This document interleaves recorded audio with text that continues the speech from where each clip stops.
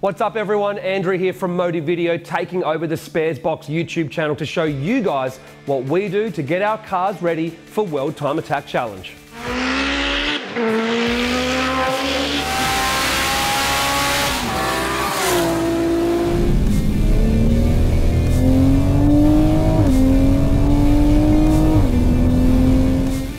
Now, when it comes to getting your car ready for a track day, there are some things that are pretty generic across the board. Things like a spanner check, fluid check, perhaps changing your oil, tyre pressures and things like that. But what you have to do to get ready and the equipment you need to take to the track really does vary based on how serious the car is. What you need for your daily driver versus what we need for Jet 200 to compete in open class are very different. So rather than talk about the generic stuff, we're going to run you through 3 of the cars that we're taking to World Time Attack Challenge and tell you exactly what we need to do to get them ready. Let's go. So first up, our R32 Skyline GTR, which is competing in the Turbosmart Flying 500. Now, lucky for us, our GTR is pretty much ready to go. We haven't been really doing anything specific to get ready for World Time Attack Challenge. We're just taking it how it is. That's with the G35050 on our 3.2 litre stroker, making 800 horsepower through a PPG sequential box. So it won't be the biggest powered car there, but it's still pretty fast. It still sounds pretty cool.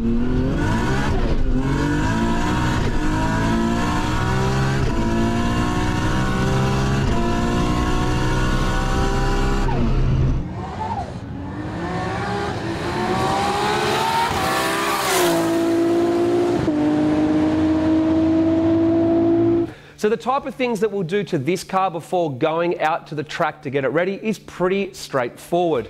It's already had a pretty recent oil change, so all I have to do is basically check the oil levels, do a fluid check across all of the fluids such as power steering, the brake reservoir, clutch reservoirs, etc.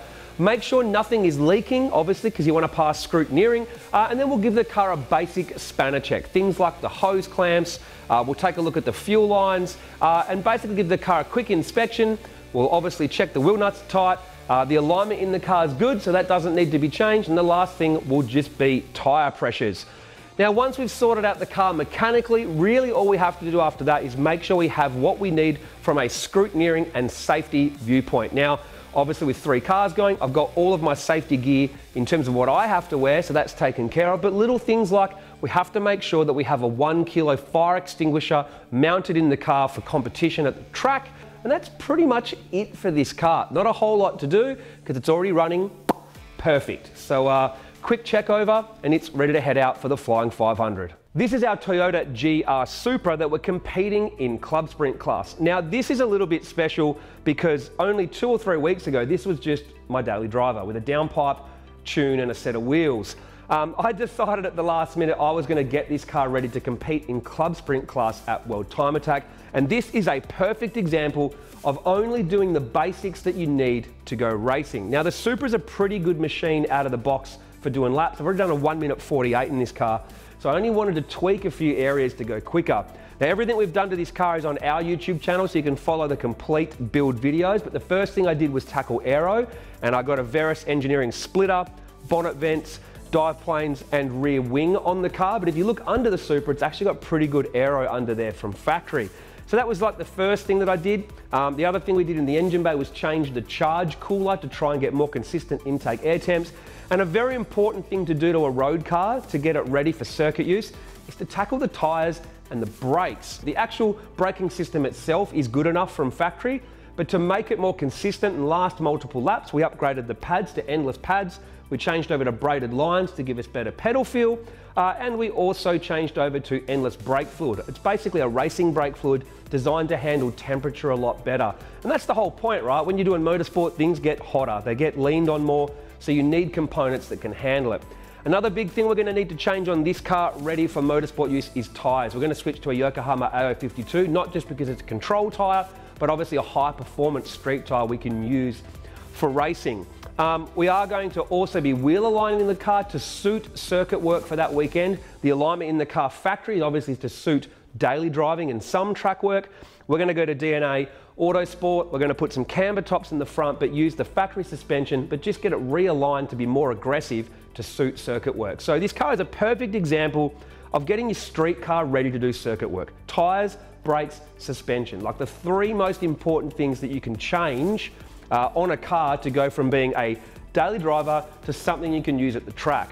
When it comes to the engine side of things, obviously cooling is very important. This thing doesn't really suffer with any cooling issues, but obviously the charge cooler helps us have better intake air temps. Additional to that, with this car, we basically just gave it an oil change. Hasn't had one in a few months, so we thought we'd give it some fresh oil ready for the World Time Attack as well. Some Newlon race oil, 5W30. And the last thing we have to do, same as the GTR, is make sure it complies with all the safety regulations. So we need a 4-point harness in Club Sprint, so we installed a Cusco, basically a harness bar. I've got to install some harnesses onto that harness bar, and we need to mount a 1 kilo fire extinguisher inside the car as well. So they're little things that you have to make sure that you look into when you go to a track day, because if you rock up without an extinguisher, they might not let you on track. So they're the little motorsport things we need to take care of. And the last thing we'll do at the track is get a little sticker pack where you have to put a sticker where the battery is. You have to put certain other stickers and race numbers, etc. They'll all go on the car just when we get to the track with the Supra. So, perfect example of street car to race car in only a couple of weeks, ready for World Time Attack. The third and final car that we're taking to the Yokohama World Time Attack Challenge this year is Jet 200, proudly supported by Sparesbox. Now, this car is not like any normal car getting ready for a track day because it's built for World Time Attack Challenge open class.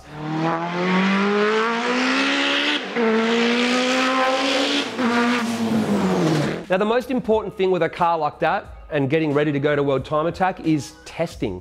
Now, we had it out for an initial test to run the engine in. We then took it to Pheasantwood for a shakedown. You can watch that full video on our YouTube channel. But essentially, these tests help you find things that are going to go wrong with the car when you're at maximum attack. So in between our first shakedown and going to Pheasantwood, we actually had the exhaust manifold and turbo off the car, got some things redone, put it all back on, made quite a few little changes. We rewired things. There was actually quite a lot of work in between.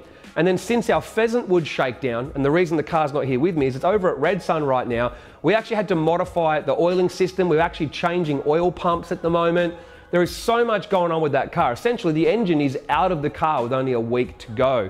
We're going to go over tonight and pretty much do an all-nighter to get the thing back together and get running again. So when it comes to cars like Jet 200, it's not a simple checklist of what to get ready. We're still building the car right up until the day before World Time Attack Challenge. And every time you test, you find something you need to change. So we've got 1 week to go from the moment I'm filming this, and I already know there's at least 2 all-nighters coming to get Jet 200 back together on the dyno, check it all over and get it ready.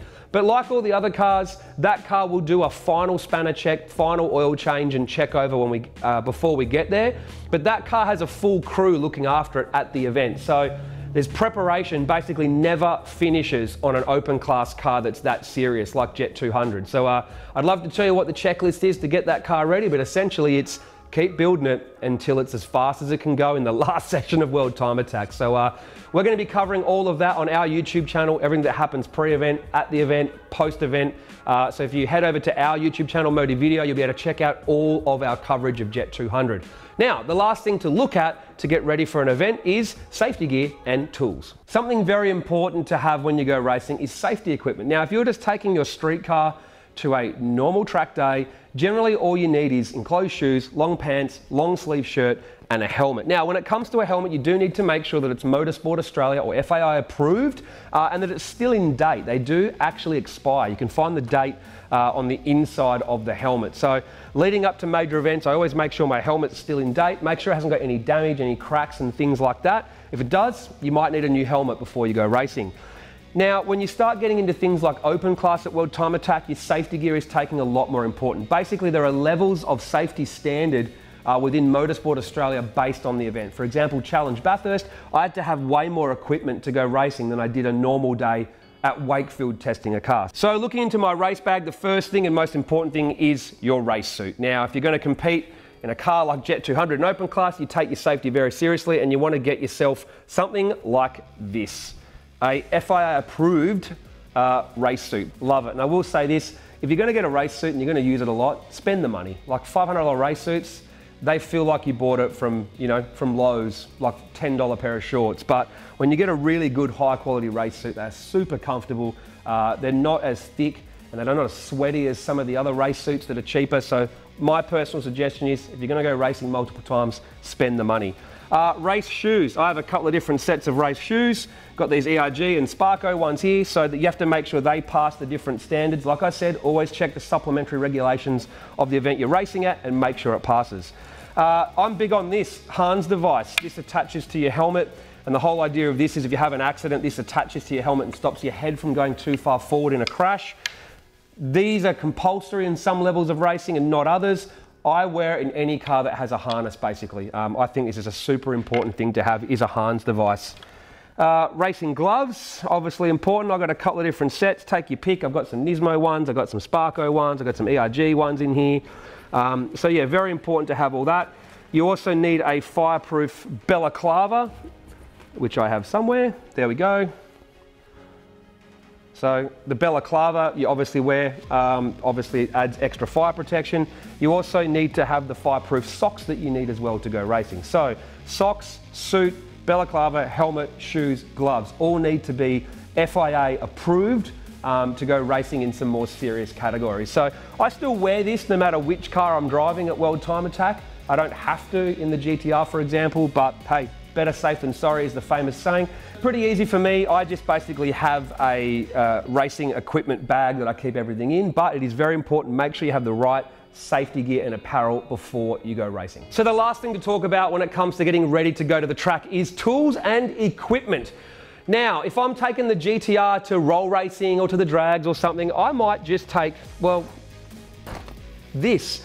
Just a tool bag with a bunch of tools that I got from the Sparesbox online store, and just the basics, really. You'll have something to obviously take off wheel nuts or basic things to do up hose clamps and things like that. But when you're taking Jet 200 to the track, you take everything. World Time Attack, honestly, we pretty much take every single tool and piece of equipment that we have here to the track. But as well as the tools, you need some other equipment. So a tyre pressure gauge you have to take to the track no matter what car it is. We also take an air compressor so we can fill up tyres as well. We take a fan to cool the car down. We take 2 different jacks. We take jack stands. We take spare oil. We've got so much Nulon race oil to obviously support all the vehicles. We take coolant. We take water jugs. We just take as much as we can so we can essentially work on Jet 200 at the track the same way we'd probably work on it here in the shop. And in fact, with that car, we've even got a suspension engineer bringing everything he needs to wheel align the car, rebuild shock absorbers at the track, the whole lot. So Jet 200, we have a full crew behind the car. Everyone's bringing tools and equipment. But for something more basic like our Supra, we'd pretty much just take a tyre pressure gauge, maybe a temperature gun to work out the temperature on the tyres as well. And that's pretty much it for a car like that, because we're not going to be changing wheels and tyres. But the GTR, we take a few more basic tools to work on. But yeah, we'll have a pretty complete garage at World Time Attack. If you want to come and check it out, we'll have both the Supra and Jet 200 inside our garage. We'll have our GTR on display on the Turbosmart stand for the Flying 500. We'll have our Yaris on display on our trade stand. So everyone, more than welcome to come check it out, take a closer look and see what makes our operation tick at Motive Video. Thanks very much, Sparesbox.